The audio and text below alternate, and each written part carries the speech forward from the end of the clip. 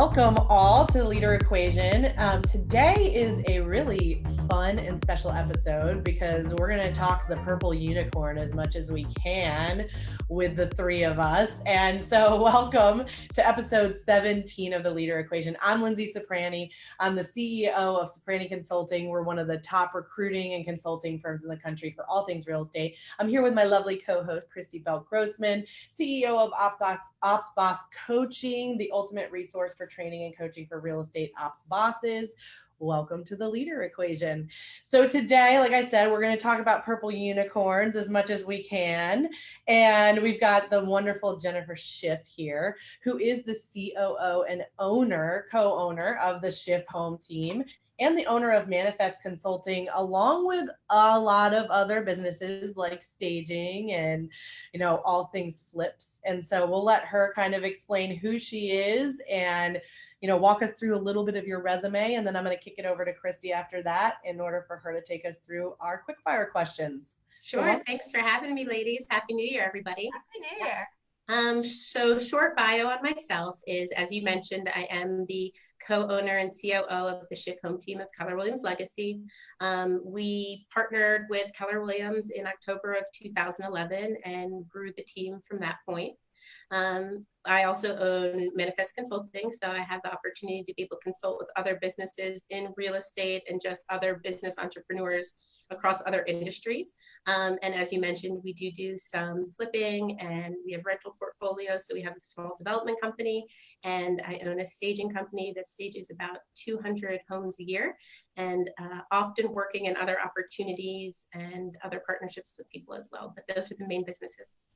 That's awesome. Good. Well, we're going to take you through a couple just roundabout quick fire questions so our audience can get to know you real quickly before we dive into the meat of the conversation. All So right. can you quickly run us through, because you've got a really deep background as well. So you're kind of in the entrepreneurial role as a business owner. You've also worked with and alongside other people. So can maybe run us through that real quick. I've worked for them too. So in 2016, after we had scaled the real estate team, we had taken it from a $11 million team to a $70 million team doing about 350 units a year. I started to get a little bored. I felt like I was doing everything on my own, very big fish in little pond type of thing. When it was time to make decisions, when it was time to, go into some of the bigger projects or just what was next from a visionary standpoint, I found it lonely to be doing it constantly by myself. And so I made a decision in 2016 that I wanted to seek out other opportunities and just see what the world presented itself. At the time, Seth Campbell was our OP and regional director for Maryland, DC. And I had built a close mentor relationship with him over the years through just his teaching and being a part of the market center and part of the core group as we launched the initial market center together. And through a series of different things that occurred, we ended up getting into business together. So in 2016, I went to work for 5 Doors, which is one of the top national expansion teams in the country, and had the honor of being the vice president of operations, working with 5 Doors for about 2.5 years.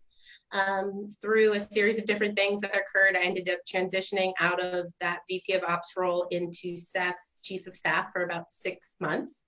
From that time, as we chose to get out of relationship, it just wasn't a good fit for his needs and what I felt my strengths were. I launched my consulting company because a bunch of people had reached out and I didn't want to choose one opportunity, so I chose multiple. And from that, I then went and one of those opportunities led me to taking on a property tech startup. So I worked over the last year getting a auction prop tech company to market until they had funding challenges and ended up closing overnight. So those are some roles I've taken through continuing to be business owner and COO and working through the team and through the different avenues I have had the opportunity to work for with and through people. I love that. This is going to be a really fun conversation. I'm going to go through the quick fire too, but we're going to circle back to that because I think you're one of our really unique guests. Linzee and I were talking earlier. I think you really resonate with us, the people who are the hybrid, who wear both hats, right? We worked for and with other people, as well as owning our own businesses. And I think that's really unusual. And we're going to dive into that after we go through Quickfire. So quickly, tips for morning routine. What do you do in the morning to make your day great? Take care of myself. So I would say that like non-negotiable things that happen every morning is I look at my calendar to see if there's anything that's on it that does not align to the priorities that were left from the day before. So we always have the best intention to get as much as we can done. And I've learned that sometimes you have to say no to stay in priority when things spill over. So I'm always reviewing my calendar and seeing, is there anything that I have to move around to make sure that the things that are most important for me and my goals are in place. And the second thing I do is I always take at least 15 minutes of just quiet where I've put my phone away after I've looked at it and answered the people that need to be answered. And I really just take time for reflection, and I do a lot of manifesting. So that's my thing. I just really look at my future and what I want to create and manifest the impossible until I see it come true. Love that. Love that. And then how do you prepare? Today starts yesterday. So how do you prepare at the end of the day for tomorrow? So what I usually do is my weeks really get planned on Sundays. So before I go to bed, by the time I'm getting my week started on Monday, I've already gotten everything into the calendar, removed what I foresee needing to be in the calendar, and then I'm just functioning in action blocks. So again, based on priority, based on goals and what's shown up, I'm constantly looking and iterating the calendar to stay in that action zone. Love it. And what book has impacted you the most, either overall or recently? Yeah, I was thinking about that question, and I would say this year, the one that impacted me the most was Profit First, because it's given me an awareness that I just can't shut down. And even though I have not been able to move our organizations from where we are today to that exact model, I can promise that every thought I have about it, or every time I make a move in the business or we start to create change, that is front of mind, and that's exactly where we're working to go. So it's been really helpful for us in prioritizing how we really model the business to model what's most important, which is the profit of the business. Profit. Yeah, we need to have you back a year from now and have the same conversation about the impact. Yeah. How many streams of income do you have? I'm currently 7. Okay. And what's your superpower? Being myself. I always say that we are each unique to our own powers, right? And I cannot do what you can do. You cannot do what I can do, yet together we can do anything. And I would say that my manifestation, a lot of times, many people will tell me that I'm quite magical, and I will things into existence that I don't even know how I do sometimes. Man, we got to dig into that. That's awesome. So many stories of making the impossible possible. So share one of those with us. I'd love to hear that. Sure. I would just say that I'm very unreasonable in what I want to see life look like sometimes. So even here's actually a good one. So I'll bring it to the beginning of the journey. When I first started in real estate, and I was on the team and I started going to classes. Back then, Charlotte Savoy was working for Seth Campbell, and I would see her working in the back of the room, and she would always be doing so many things, and she'd be working so fast, and she would have everything together, and they would be like working back and forth, and he would always be talking about like how amazing she was doing in that role. And I would think to myself, I'm like, one day, like, I want to be able to be like that. I want to be able to work with Seth Campbell. I want to have a role where I can really work high functioning, right? Because that was probably the first person that I had seen work to that regard. This was probably in like 2011. And I said to myself, like, one day that's going to be me. Well, I sure got that. And, every time I would go to classes and I would see Charlotte and I would see Seth and I would see that dynamic, I would just really wish for that dynamic for myself. And I would say, well, whoever it is, whether it's Seth or anyone else, one day, like, I want to be like that. And I want to have the opportunity to work in a relationship with someone like that. And I created those opportunities. I love that. Just a fun one that'll connect with what we talk about later. Totally. Well, and that's a great place to start, is that, I think a lot of people will look at somebody like you and be like, oh my gosh, I would love to work with you. I love her working with me, right? Like, what would my business do if I brought her in? And I think a lot of times it's like, she's untouchable. There's no way. But yet you wanted that. Like, you wanted to work with someone. Why? What's the appeal there? Yeah, I mean, for myself, again, kind of like what I said in the beginning, when I am the business owner, I am the business owner. And while I have the opportunity to be able to collaborate with those that I lead and people in my organization, I think the level of conversation and the people pulling me up is just far and few between. Yet when I can get into those relationships with a visionary that has an even greater vision than myself, and there's things that I'm not even thinking about that they believe is possible that I want to take action on, or I want to be able to just execute because I love execution. That's really what thrills me. And so people who have bigger visions than myself, or that have a clear path of what they know they want to create, where I feel like my skill sets can help create it for them and that there's synergy in that, that's what excites me, and that's what causes me to want to be in business. So I want to dig into that a little bit, because we hear people throw that vision word out there all the time. Like, I just want someone with a big vision. There's a lot of people who are business owners, realtors, and outside of real estate who think they have a big vision because they talk and use big words.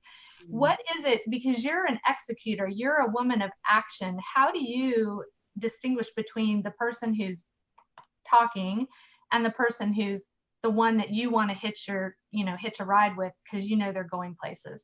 Sure. Do we want the 2016 Jen or the 2020 Jen? All of the above. So the 2016 Jen really was looking to see and hear something that I wasn't creating for myself. Right. So I already had a really big vision of what I thought my real estate could be and what expansion could be and all these different things. So when I actually heard somebody who had been farther along in the thought process than myself, that was something that really triggered me as like, wow, I can hop on this rocket ship. They're already 5 steps ahead of me in the vision. So I can just go execute and we can catch up together. Right. So I think that was a big part of back then what I thought was a visionary and what I thought was something that I could attach to and really grow with somebody. The 2020 Jen really would take anything that anybody said and go through a very strong trust and verify process. I did a video for New Year's of just lessons I had learned in 2019. And around vision, I think people always have the best intention, yet do they actually have the resources and stamina and commitment to execute that vision, even with the right people in place, right? So what I've learned is that the power of the leader and the strength of the leader and all of those elements are probably what's most important. Everybody can have a vision. Everybody's a marketer. Everyone has a story that they want to tell. But like, what are your habits and who are you as a being that if we were to work together, we could actually get there through the good, the bad, the pretty, and the ugly, because all of it shows up. I love that. I'm hoping all of our entrepreneurs are listening, because I get this question all the time. Lindsay, I know you do too. I want to hire someone like you, or I want to hire someone like Jen. And I don't think people deeply think about themselves and who they have to be as a business owner to attract somebody like you. Yeah. I mean, I think the big thing for me coming out of all of this in 2019, I was like, wow, enough has happened to me that maybe it's best that I just work for myself and that I continue to grow businesses that I can have control or different elements like that. And yet even today I sit here and I say, if the right person called me, if I picked up the phone and I heard the right conversation, if the opportunity could present itself that I believe that I could make a true impact in it, I'd be there tomorrow. Right. So that's always inside you when it's a passion. And so we of course have to ask, like, what does that look like? Like, Christy and I are shaking our head because I think somewhere deep down, we both have missions and visions, and, we're building at the same time too. But I think deep down, there's always this, like, what is that right question? Like, if somebody was on the other line of the phone with me, like, what would make me jump? Do you know right now, like, what might make you jump? That's a good question, right? It's a great question.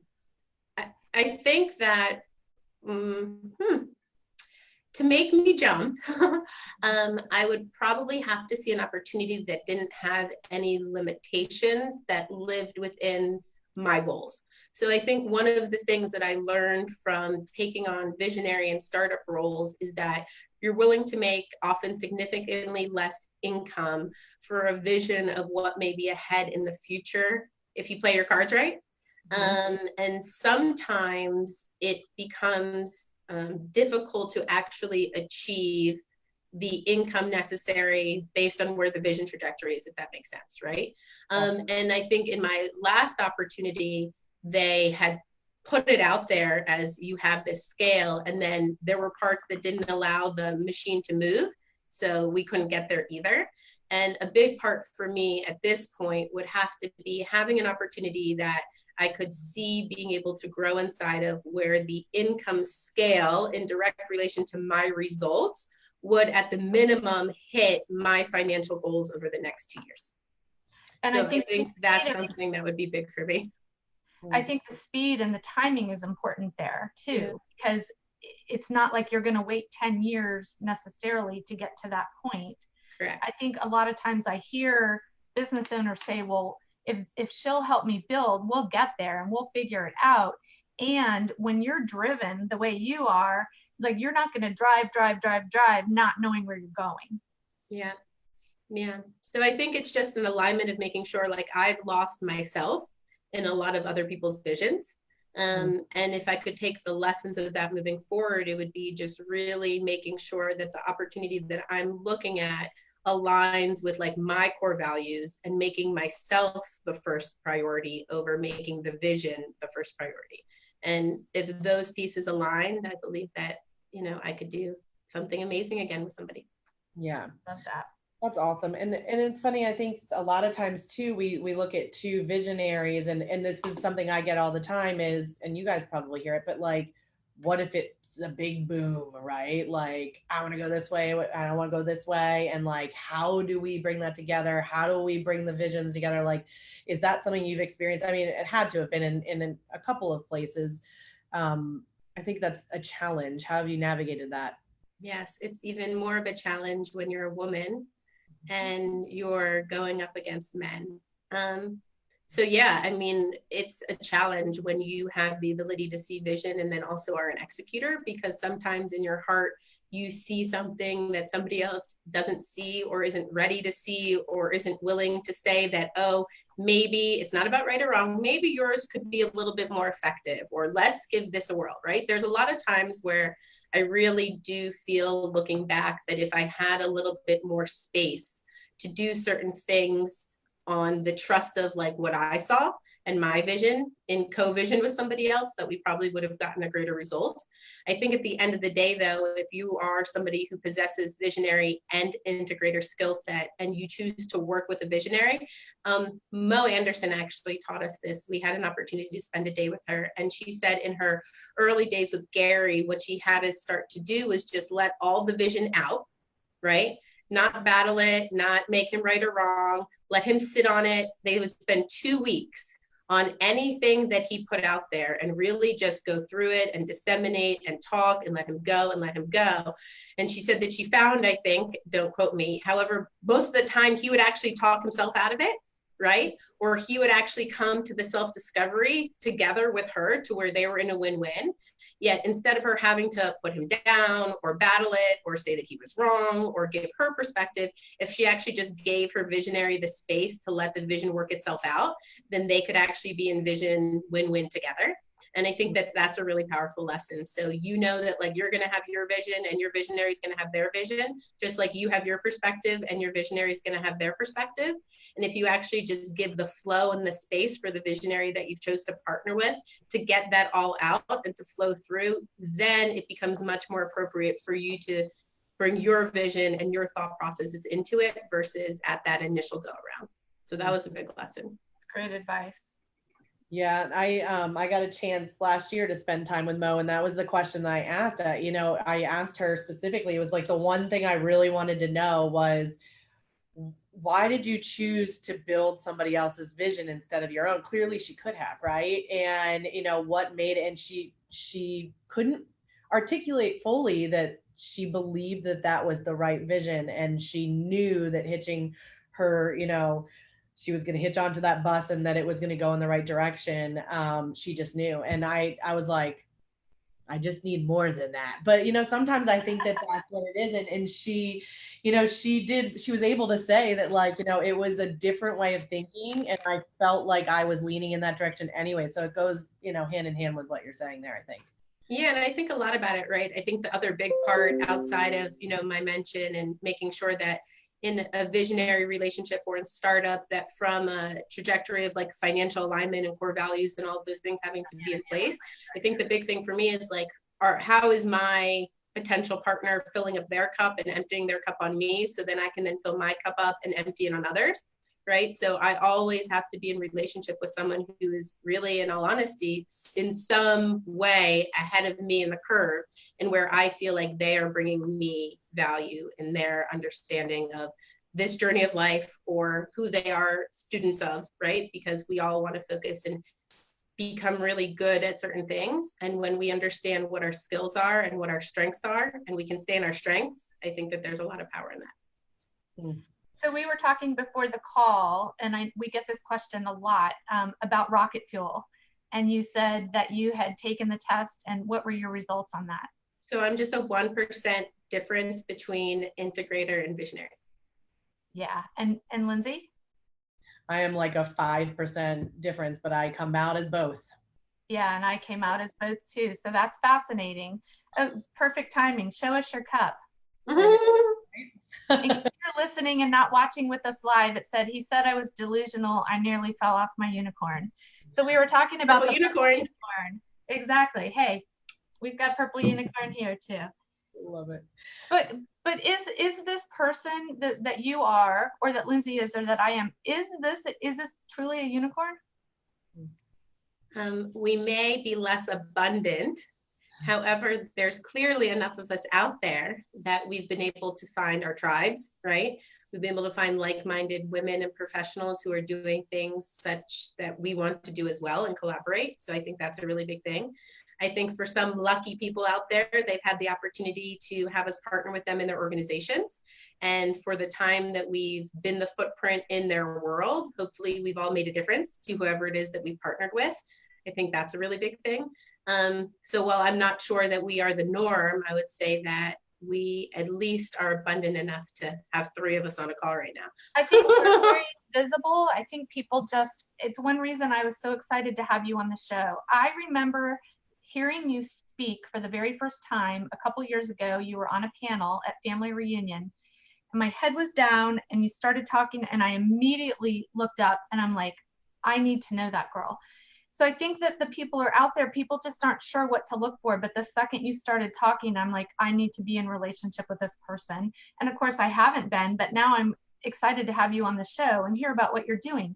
What are 3 things, if somebody's listening right now, and I am an integrator and I really want to grow to partner with an amazing visionary, what are 3 things I can do to kind of develop myself? Or what are 3 things you've done to develop yourself?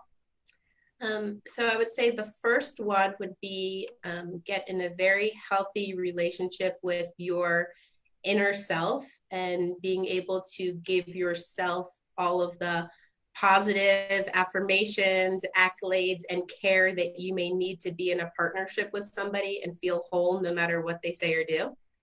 I would say that's probably the first one. I would say that a big part of success in visionary integrator roles is actual integration and execution. So books like Atomic Habits, right, is a great one just to get started with. The Unofficial Project Manager is another one that's like really good as well. And just ways to be ahead of your potential visionary or anyone you're going to work with, where no matter what they throw at you, you're able to not only accomplish that, but be giving them the 5 steps that you think's next, right? I think one of the key components in those relationships is staying ahead of the person that you're in relationship with. If they feel for even a single moment that they are dragging you through the relationship, you know, that's the first moment that they're going to know that the relationship probably isn't a win. So just continuing to give that value and to stay ahead of what you need to do and staying organized in what you need to do is really important. And there's such thing as chaotic organization, because I'm not necessarily an organized person, but I know how to prioritize my schedule. I know how to manage my time. And I truly believe in action blocking and how to say yes and no to the effective things to get we need to get done. Love that. Well, and, you know, so what I love about all of that, Atomic Habits, it's like one of my very favorite things. I feel like I revisit that book regularly, but, you know, walk me through what it's like to work for you too, right? Because I mean, working for me is annoying. I'm realizing that because I'm all over the place, right? But like, walk us through, like, who do you need besides you, and what is the magic unicorn alongside of you? Yeah. So my probably most pronounced core value is being a person of your word. And so for me, working with me involves an ability to be able to be self-accountable to what you state you want for yourself and what you state you're willing to do for the organization based on your job role. And so I work really hard with everybody in my organization to have clear expectations of what we want to have delivered at any given time. And we're constantly checking back in those expectations, because the reality is things change like day to day. So I can't drop 5 projects on somebody and expect that those 5 projects are going to get done when I know every day 6, 7, 8, 9, 10 showed up. So I do always work with my team to make sure that we're understanding priorities in the moment that we're reviewing them, that we're re-reviewing priorities. So if something needs to change, I'm giving them the space to tell me it needs to change. And I really allow my team members to set their own deadlines, right? Unless there's something that's really time sensitive, I ask them the questions of by when and give them the empowerment to tell me how they're going to get something done or when they're going to get it done by. And then I just come at them with care and check in throughout the process, so that if we get to the end and for some reason that's not done, it's not me being the big bad boss. They right away see what happened and where their opportunities were. So I really work to get my team members to self-reflection at every step, as empowering as possible for them. Coming at them with care. Walk me, what does that look like? Yes. So like the care through the process. So let's say that we've established a project that we know has to get done in 2 weeks, right? So the first step would be something along the lines of, first show me what you believe is necessary to get done to complete this project. And by when will you show that to me?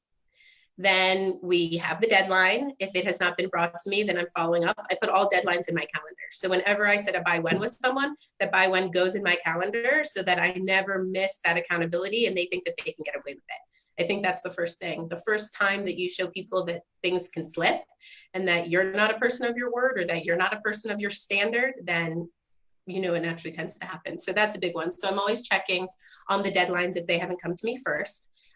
Again, like if we're just a couple weeks out, we're looking at like, okay, what did we say would be done by now? If it's not done, what are the reasons? I always check with them on resources. Do you feel like you have everything you need to succeed in this? Do you feel like you have anything you need for me to succeed in this? Is there anything you weren't aware of when we had a conversation last time that you're aware of today or now that you want to share with me that may change the trajectory of getting the result we're looking for, right? And then I give them the freedom again. Has anything changed in our priorities in which do you not feel that this may happen or that, right? So really going through that and then through the next deadline, or making sure that they're giving me the pieces that I can see. One of the things that I learned that's really helpful in the visionary integrator relationship as well is not going too far out without letting somebody see it, no matter what side you're on. So a lot of times it would be, let's say like, I would like a new operations manual for our marketing director, right? If I let my marketing director deliver me a manual 3 weeks to deadline without my eyes ever being on it, just saying like, hey, how are you on that? And she's, yeah, good. 2 sections in. I'm 5 sections. Great. Just checking the box. The end product, it's not going to be what you want, because there's just no way in a single conversation a vision and a reality can be brought together. So the more incrementally you're looking at the pieces and you're giving them feedback so they can get to an end result that's at least the 8 or 9, and then you can tweak to a 10 versus seeing a 4 after they've put their heart and soul into 3 weeks. And then you're like, oh, this isn't what I wanted. But that's not fair to them either, because it's really soul crushing to us when we work so hard on something and somebody didn't pay attention to us through the process. And then they tell us it's not good enough. I don't know about you guys, but it hurts me. And I've gone through that a lot myself. And I've really gone through that with me doing that to others, right? Everything I do today is built on the lessons of where I didn't do it in the past. Nothing is at starting point the way it is today. It's all through experiences of where it didn't work and it was really ineffective to then tweak to what works better. I love that. The continual feedback is so empowering for people, and especially for operations people whose biggest fear is to make a mistake. Yes. So to have that unknown of going all the way through the project only to find out I went a totally different direction. It's hard to course correct. Like you're the Titanic by that point. To turn that ship around is really hard versus the little, the boat, we can turn it. And then a lot of the behavior types that are working with us in those roles, they just naturally want to please their leader, right? And they also have a huge affinity for their own self-worth, so that when you start to make them feel a certain way, even if it's just from that miscommunication, then they lose some of their empowerment. And the next time it's time to do a project, they're scared to even start it or to take a step without you because there was some bashing at the end of something where the expectations weren't met, right? So many times things like that happen. And the little bit of like care, just the little check-in to be like, how are you? Are you okay? Are you where you need to be? Do you need me? It either helps them get to the right place when we're there, or it helps them have me not even have to say anything. And they just say like, oh, wow, I should have asked you these 4 questions when you asked me this time. And you came to my desk and said, is there anything I needed to see? I should have shown you that. Like, I don't even have to speak because they, for themselves, are in the complete self-discovery as that process unravels. What do you think got you to that point? Just out of curiosity, like, was it something you read, or like, how did you get there? Because that is, I mean, if I could just take the last like 5 minutes, I probably will, and just snip it and be like, here, every person that is like trying to train your people, like, please listen. Like, how did you get to that? A lot of pain. So I have a saying, the difference of checking a box or peeling an onion.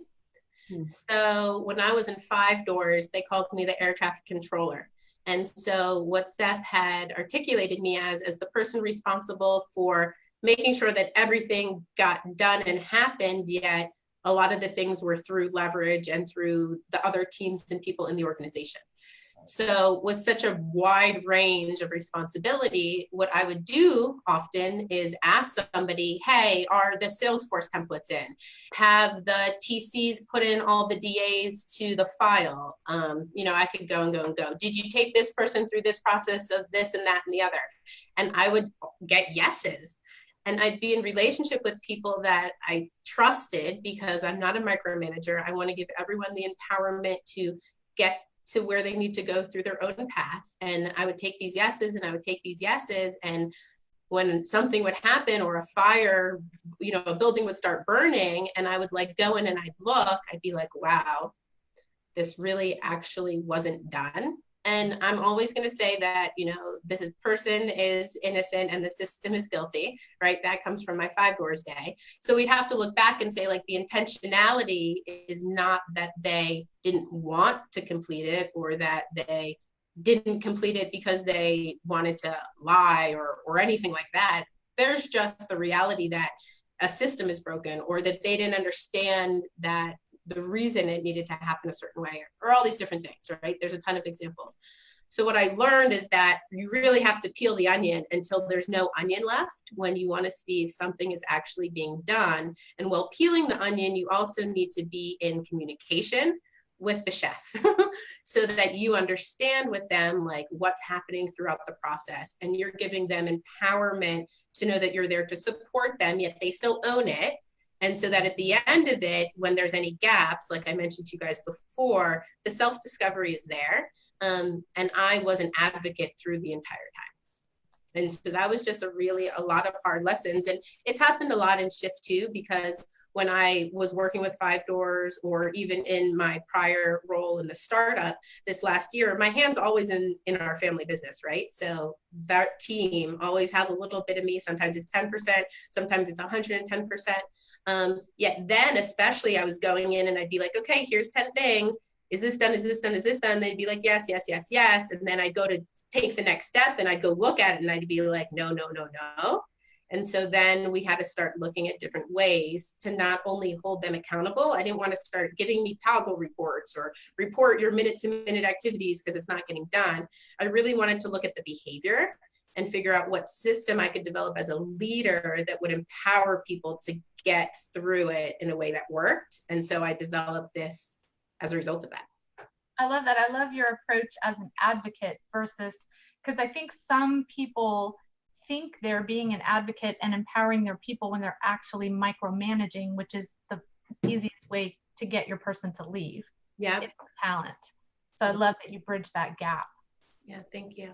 When you've been in relationship with a visionary and it's been so good, and or maybe you were the visionary in relationship with the integrator, whichever it was, what was it that created the synergy that like really made it a different level of achievement?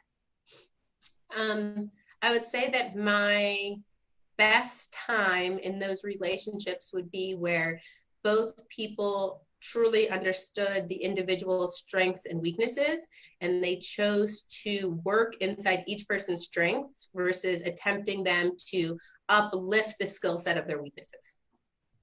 Yeah. And I think as soon as you start to push people to have to get better at things that they're not naturally good at and keep them out of doing the things that if you just poured a little bit of water on their garden, they would explode. That's where the tensions and that's where the misalignment starts to happen. So it's really a weakness to weakness, strength to strength, water to water, and like grow together type of environment that will allow everybody to get what they want. I love that. And what would your advice be then for those listening who are in much smaller businesses than 5 doors all over the country or your startup that you're in? When you're in an entrepreneurial situation, maybe there's 5 people on your team with 1 operations person. They're not going to be strong at everything, so they can't necessarily only live in their strength zone. What would your advice be in that situation? Set them up to win in their strengths so that when you guys are working through the opportunities, they still feel safe. Because what happens is if you don't give somebody the opportunity to feel good about what they're good at, and you spend your time focusing at the things that they need to grow at, then internally that starts to become a conflict for them. And I could be the only person in the world, but I think those natural feelings of where you may feel inadequate in your role, or you may question your capability or your skill set or your partnership or any of those things, versus if you can say, hey, like you are literally slaying these 3 things, and I'm so proud to be in business with what you are accomplishing and what you are achieving here, and I would like to talk to you about how you are a disaster in these 3 things, and if we don't make some major changes, something's not going to be right good. Like, I'm okay with that, because like my heart is content, right? I feel good. I know that I'm doing good. And then I know that I have area of opportunity to work on. So I do that. I feel like that's what I need in my relationships if I look back and reflect, but that's also what I have to give to others in the relationship is, I can get cutting sometimes. And when I'm moving fast or I get frustrated, I'm really good the first time, the second time, third, fourth, fifth time, if the same stuff is showing up, I can get a little less kind in general. Yet I'm always attempting in the early stages of it, so it doesn't get to that point, to just really come at care and compassion for what they're doing well and like what their strengths are and how they're performing inside of those things before I start to touch the places that really don't align with my expectations. Love that. And that always works really well. Yeah, well, and that's to piggyback off of some of that, because a lot of people that are watching are small businesses. What I find is that they have that one person who has these amazing strengths in these areas, right? But they're missing some of these areas. And instead of looking at those strengths and going, okay, I need to like develop those and make those better and hire to some of the weaknesses, or, figure out how to like groom them into some of that, or anything, I need to find the new person. And so what do you think the difference is there? Like, I mean, you've groomed a lot of people too. When is it cut it and go to the next person, or let's figure this out because there's good things here, right? Yeah, I think that may be a great lesson to ask Seth about in 5 Doors, because I think that's a little bit of what happened there, where there was just like so much and he wanted so much and there was just so wide that, you know, me as an individual could spread. And yet I would say, looking back and, you know, our relationship now, or, you know, conversations, I think if we could have recognized, hey, let's just lower, like shrink in the load a little bit and put her in her strengths and stop pushing her against her weaknesses. Although you always have to work on your weaknesses, which I get, right? You can't hire 5 people around a person because somebody's good at one thing and they are not good at 5 things. Yet when you have somebody who you feel adds value to your life, who is powerful in what they do in their, you know, position and have success in certain areas, I would just encourage looking in the success, seeing if there's anything that you can do to build around, making sure, like, the one thing that always has to happen is that the expectation of the job profile is met, right? Whatever the one thing in a role is, like, that has to happen. So if that can't happen, it doesn't matter how talented you are or how amazing. Like, if you hired me to be a brain surgeon, like, you're going to tell me, like, this girl's missing a few things, right? Yet if you ask me to help you build a real estate team, I could build you a $500 million real estate team in 2 years and we'd have something going for us, right? Mm-hmm. So I think that that's a little part of it, is just understanding that now when you have a small organization and the person is only strong in so many places and weak in others, and you need performance across the board, you know, I would encourage finding ways to allow that person a little space to get some leverage, right? And it may be like a VA who needs to plug spreadsheets because they're not a spreadsheet master, but they are incredible at client concierge and the marketing of your team and your social media and making sure that communication across your entire organization is happening, right? Like, you have to find your non-negotiables. You have to find the core values that you are not willing to waver from. And when you can have somebody who aligns to those core values, then find the ways to work with them or encourage them to build the systems for themselves, or offer them, hey, if I would give you the magic wand and you have $500 a month and you could do anything, like, what would you do to make sure that you're strong and you're doing your one thing? Like, what would that look like? And just allow conversation. I think I'm famous for moving people to the different seat of the bus because I see strength in them and where they maybe not be succeeding in the current role. And I've had a lot of success with that. I've also had a lot of failure, right? So sometimes I'm just moving them on the bus like it's a party, and really they needed to be in the car 3 lanes over. And that's okay too, because at least we know that we did everything we could in the relationship to make sure it wasn't a fit. I said, sometimes though, you may be needing to look at the person and say, like, where do their strengths and what their energy comes from align to my organization and how they can be a fit, and then how I can work around other things. I think there's a lot of, so, you know, people ask, like, what do I look for? Like, what's the purple unicorn? If you can find somebody who you can ask the question of what your strengths are and what are the things that you prefer not to be doing, and that person can actually answer that question with confidence and not give you the, I'm a jack of all trades, I'm good at everything, I love it all, I don't like filing, but as long as I'm not filing, I'm good across the board. You know, that's the type of person you almost want to be more concerned with than the person who can walk in and tell you, like, this is where I'm going to make an impact in your organization. These are my superpowers. This is how I want to help you. Let's focus on these things. And I will also help you make enough money so that we can hire other people to do all the other things that I'm not good at. And then you can get a win. So I think the more you see clarity in people, the higher grade of partner you may get in that relationship. I love it. I'm like almost microphone drop.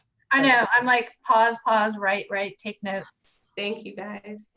I need you to walk us through, because I know this is a part of it and we didn't actually dive into it. So I want to hear, because I think it's a part of it, but you can correct me if I'm wrong. The trust and verify with regard to, like, hearing somebody else. I just want to revisit that now that we've just talked through all this, because I mean, clearly anybody listening can be like, okay, like she's got her stuff together, right? So walk us through, what does trust and verify look like? How could somebody do that? Like, if it's one of our listeners who is fabulous at a fabulous integrator, like, and they're looking for that next visionary, or they're looking to push their visionary. I mean, we have a lot of people that are like, what do I do if I can't get them to move in the direction I want them to do that? Like, does the trust and verify help with that? Like, what does that look like? Yeah, great question.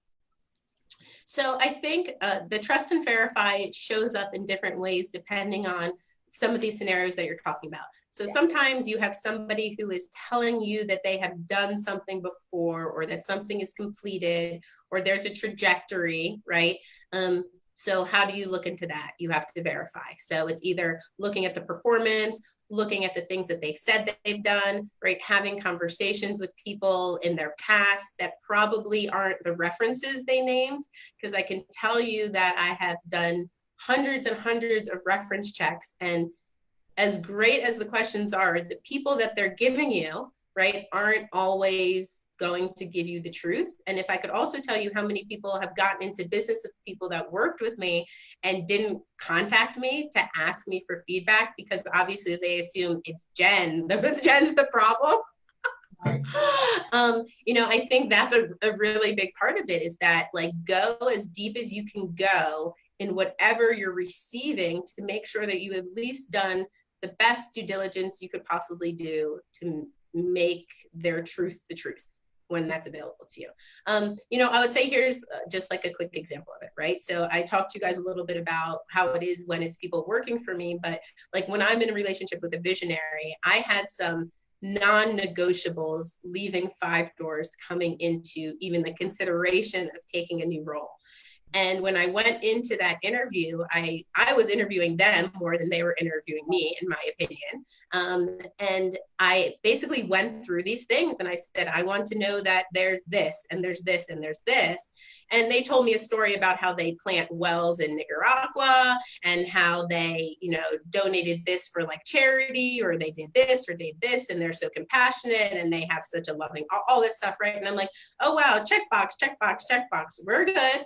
Yet, like, I didn't think to say, hey, like, if this is so important to me and a core value, maybe I should talk to some of the people that used to be in business with him and like no longer are, versus the people who are still here working with him, right? Or maybe I should look and be like, where did you do this? And like, who did you do it through? Because if I tell you the things that I checked off could not be any further away from being reality of what I received when I came into it, it's just mind-blowing. And I know that if I would have slowed down and trusted what he said, yet did a little bit of verification around it, and even just did a little bit more research myself, I would have very quickly seen that necessarily was not the truth as I verified. And then I probably would have made a different decision. I love that. And I want all the entrepreneurs who are listening here and the integrators who are listening here to see that's the next level of integrator. When we're hearing from people, I want to hire someone like Jen, be prepared that the person coming into your interview is interviewing you. You're not interviewing them. If they are high level talent, proven talent, I will say proven, not potential. If they're proven talent, they're interviewing you. I want to flip that to the other side, because I actually had an interesting conversation with a past coaching client this week who's seeking opportunity. And he wants the opportunity almost before he has earned it. So if I'm an entrepreneur and I'm looking for this proven talent, I want someone who has built up career capital. What kind of career capital have you built up that would kind of illustrate that to an integrator who's listening and wants to look for that next opportunity by showing what they've done? Yeah, it's interesting. So when I'll tell you, when I came into 5 doors, I believed in myself, and I don't know if I fully believed in myself. So I wanted, like, as Seth presented this like big VP of Ops opportunity for me, before I took it, I wanted some like security and feeling like I was capable of doing it.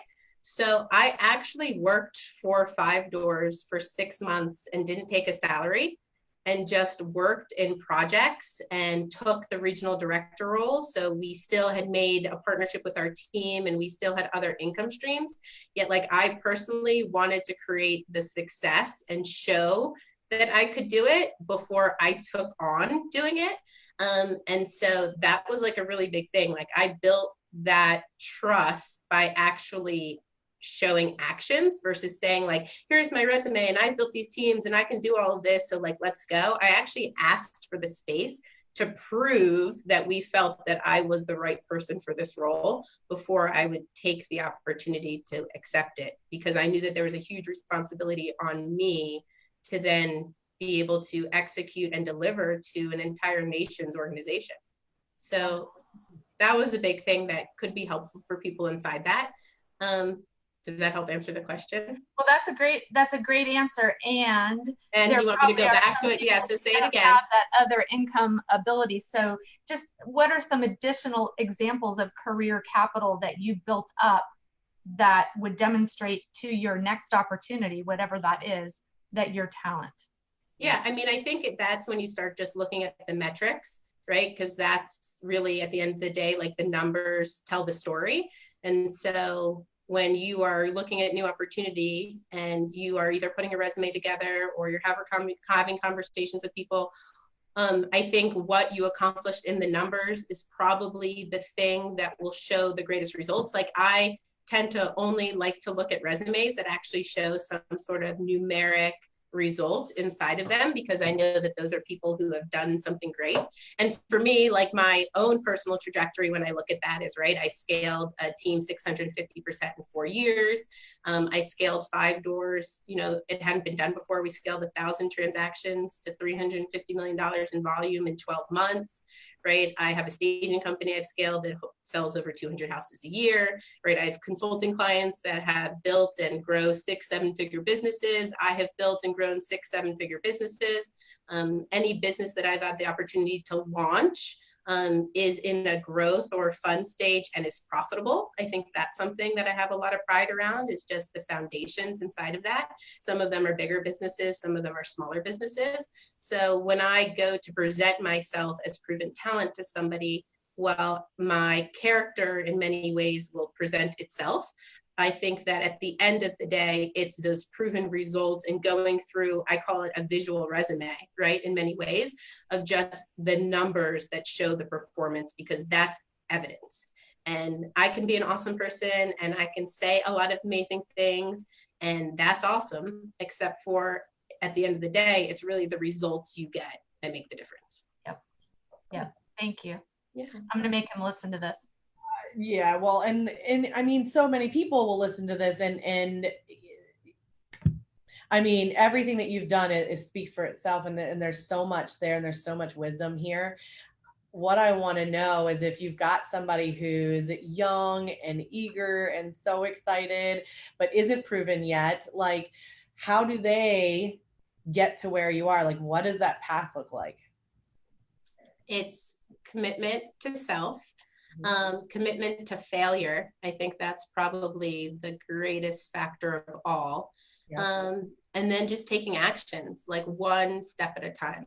What I can for sure say is that the majority of anything that I am succeeding at, I have colossally failed through, like fallen on my face many, many times, hurt myself, hurt others, hurt the organization, whatever it looks like, right? Yet I'm very passionate in taking the lessons that I learned and not making them a second time. And so that's can you share one of those examples with us? Because a lot of people say that fail. Oh, sure. It sounds so easy. What was one that like really hurt your heart, but you've made the best out of it going forward? One that really hurt my heart. Sure. So I would say the lesson that probably hurt my heart the most, which is how I treated people. And so like a lot of what you guys hear today, just about that care and the compassion and the way that I give people that space and the process of, you know, learning and growing and executing and getting the results we're looking for. Like there was a time where like I had so much going on and I was spread so thin and I didn't realize how important that was, that I've said this before, like I would walk by offices of people who looked up to me and who I was a leader to, and like sometimes I wouldn't even say hello. Because so what was it that drew you up short that made you change that behavior? So I just realized the effect of like, I had been in the space where I had a ton of careability for people, right? And I had my business, and then I had this space where I became so focused on my priorities that I lost sight of caring inside of other people's priorities that weren't in direct connection with me, right? So if it wasn't this one-on-one connection and it was maybe two people leading them, right, I would think that like they don't need me, right? Or they don't want me because I'm in my bubble and they're in their bubble. And what I realized, and then I had the same experiences where I was leading people and the person above me, they would be telling me like that person doesn't care about me, right? So Jen, like you care about me and love me, but like this person doesn't care about me. And then I'd be there and there'd be someone 3 people deep and the person who they led would be like, Jen, you don't talk to this person like this person, right? So I would see this like snowball effect in what happened.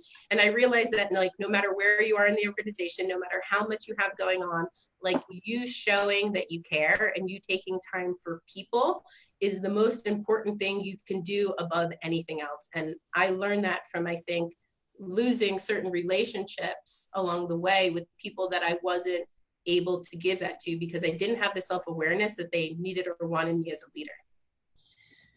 Do you know that's the first question that we ask people when we're interviewing for an operations role for an agent? We ask that question. It's the first one. If they come in after a long weekend and they don't even say, you know, hi, how are you? How was your weekend? And they just boom right into all the things. Are you offended? Lots of people are gonna be like, no, but they are, but you can see the face of like, you know, like there's a giveaway with that. And we ask it all the time because it's not that leaders don't care. I think it's just that they've already had a million phone calls driving in there. They've already had the emails of the angry client or whatever it is. They already have a million things on their mind. They're getting to work. Like it is, let's go. Like who's screaming the loudest? And I think that gets lost in translation. That's why we ask it. And so that's a hard lesson. I think a lot of people need to learn it. Yeah, I think that was like, and that really hurt my heart because again, my intentionality, right? Like I never had the intention to not be warm to someone or to give them what they needed from an emotional standpoint in a professional relationship, right? Because you're professional, yet there's an emotional relationship and a professional relationship. And I think that sometimes people don't always get that. They're like, we're professional, so we're not going to be emotional and we're going to keep those two things separate. And I was almost trained to keep those things separate. And what I realized was that I had to untrain that training because the emotional and the professional connection are more intertwined than anything that exists. And when you understand that the emotional relationship comes before anything professional, because that has to deal with yourself and that other person's self, like that's where the empowerment comes to truly give people a way where they feel like they're getting what they want and that they're living a full life. And we know as leaders, it's making sure that if they can get it enough, you can obviously get it back in return. I think another really quick one was like a huge financial lesson. And I lost the business. I lost the business, right? Because it was my responsibility to have profit, a significant amount of money. Like it was probably almost $100,000 loss in like a single month. And like that hurt my heart really hard because clearly nobody ever wants to do that. And I also didn't know that it was going to happen. And that was actually the worst part of it. And that was a big part of that peeling the onion versus checking the box layer as well, because I was trusting that people's reports were correct. I was trusting that when people were saying the transaction DAs were being, reviewed and that the actual net numbers were the net numbers, or when someone was saying XYZ, I was just trusting all of it. And when it all came together, we found that the reports hadn't been updated, that the numbers had been wrong on the sheet. And when you're dealing with 250 transactions in a month and 40 transactions fall out, yet up until the last day of the month, those 40 transactions are closing those last 2 days, you don't catch that. And then it's like this massive blow. So I learned in that one that you really have to put the correct systems in place with everybody at every point. And again, you just can't get far enough away from anything that you're looking at the end result and making your assessments. The assessments have to be made at every single possible step so that by the time you get to the end, while there may be a blow, it's not devastating. Love that. So well said. And I think we could do another hour. Thank you so much for coming on. Thank you for having me, ladies. Well, and how do people get a hold of you, Jen? You can follow me on Instagram at Jen the Queen Schiff. On Facebook, I'm Jennifer Lang Schiff, or you can email me at Jen, Jen, at manifestconsult.com. And you're going to get a bunch of job offers now. So yes, I'm always ready to look at opportunities with any right partner. Thank you, ladies. I appreciate it. Thank you so much. Happy New Year. Bye. For you. Bye, guys. I'm grateful for you.